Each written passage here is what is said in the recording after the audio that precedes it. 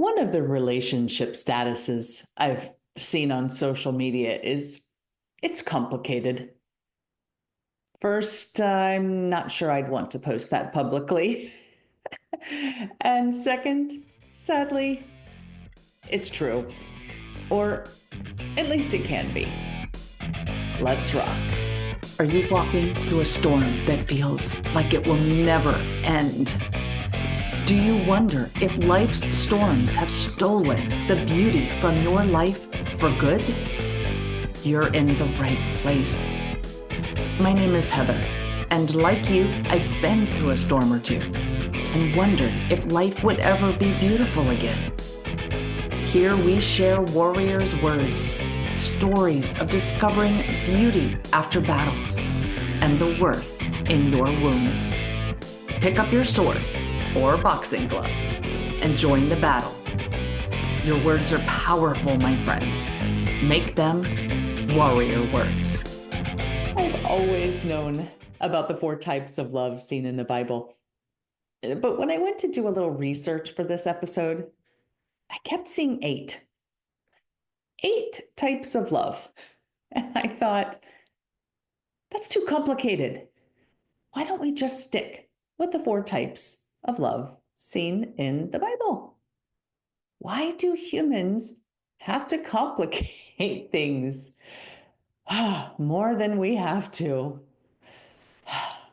So, in addition to the Bible, there's another reputable source on the types of biblical love, and that's C.S. Lewis in his book, The 4 Loves. And guess where he took the 4 loves concept from? You guessed it, the Bible. Oh, and the Greeks. Recognizing and incorporating all these types of love into our lives opens up a whole lot of beauty and brings us closer to God. So, what are they? Well, the first one, and likely the one we experience the most, is affection. Now, this can range from saying we love caramel mochas. I wouldn't know anything about that. Also, how about loving a song or the smell of chocolate chip cookies in the oven, the sunset? It also includes our love for our pets and the people in our lives. Affection is derived from the familiarity of our surroundings, and it's the one that's most present in our day-to-day lives. Next up is friendship.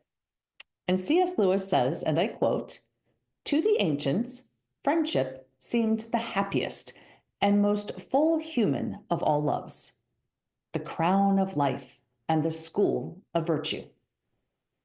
The modern world, in comparison, ignores it." End quote. So why such a difference? Well, friendship takes work. To friendship, love takes time and effort, and it doesn't have any specific goal. The biggest part of that is the lack of goal. It's simply based on having something or sharing something in common with another person. In Lewis's mind, this is the love he believed is most heaven-like. He also believed that, quote, "few value it because few experience it." Now, looking at my own life, I believe that to be true. Most of us experience affection with friends in school, but how many of those people become true friends who stick with us as we or they move on to experience the third type of love, the romantic or passionate love? Now, the Greek name for this love is eros. This is one of the loves with a specific goal: leaving your family of origin and becoming one flesh with your spouse. This love can also lead to the creation of a new family of origin for their children. The problem for us humans is we tend to be fickle and only look at the passion side of this love, which can lead us to erroneously believe that if we no longer feel regular passion for our spouse, that the love has died. When in fact, true romantic or eros love is selfless. It's not about our feelings of passion. It's about putting our spouse's needs above our own. Our self is no longer the center of our world. Our spouse becomes that center. The greatest commandment, according to Jesus, is to love God with all our heart, soul, mind, and strength. The second greatest is to love your neighbor as yourself. And that's taken from Mark 12, verses 30 and 31. This eros love fulfills that second greatest commandment purely and completely. When you love your spouse, you are truly loving your neighbor as yourself. Now, in this passage, Jesus also says that the second greatest is like the greatest. Think about that.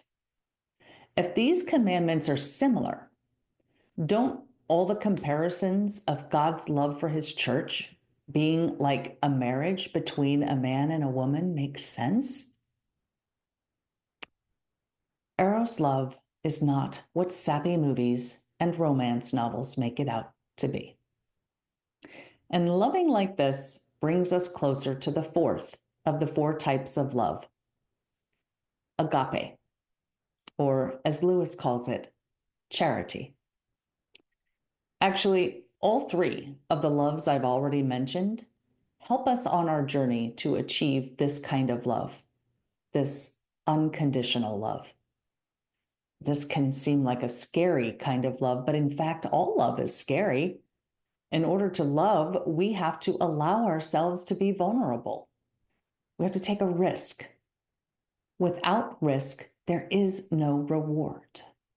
But that also means our vulnerability can lead to heartbreak. And so we might decide that it's not worth the risk, so we avoid loving others. But who is that really hurting? Alfred Lord Tennyson wrote, quote, "'Tis better to have loved and lost than never to have loved at all." Loving completely is worth the risk involved. This is the love of the Father through the Son. John 3:16 tells us that God so loved the world that he sent his only Son to redeem us. Then that Son, Jesus, so loved us that he sacrificed his own human life to redeem us. We are called to love and live like Jesus.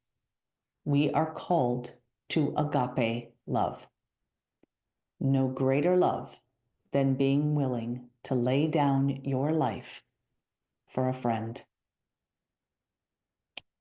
And that is also true beauty. There is nothing more beautiful than love. Loving another human or humans more than yourself.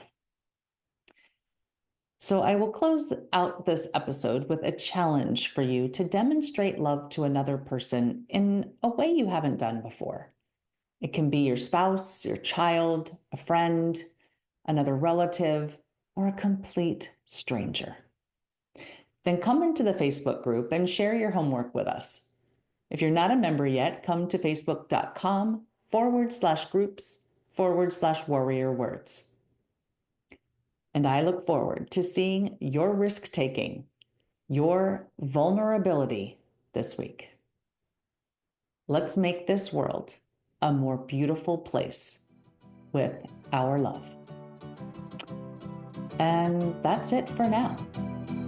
Remember, armor up Fight the good fight. Seek beauty. And make your words warrior words. God bless.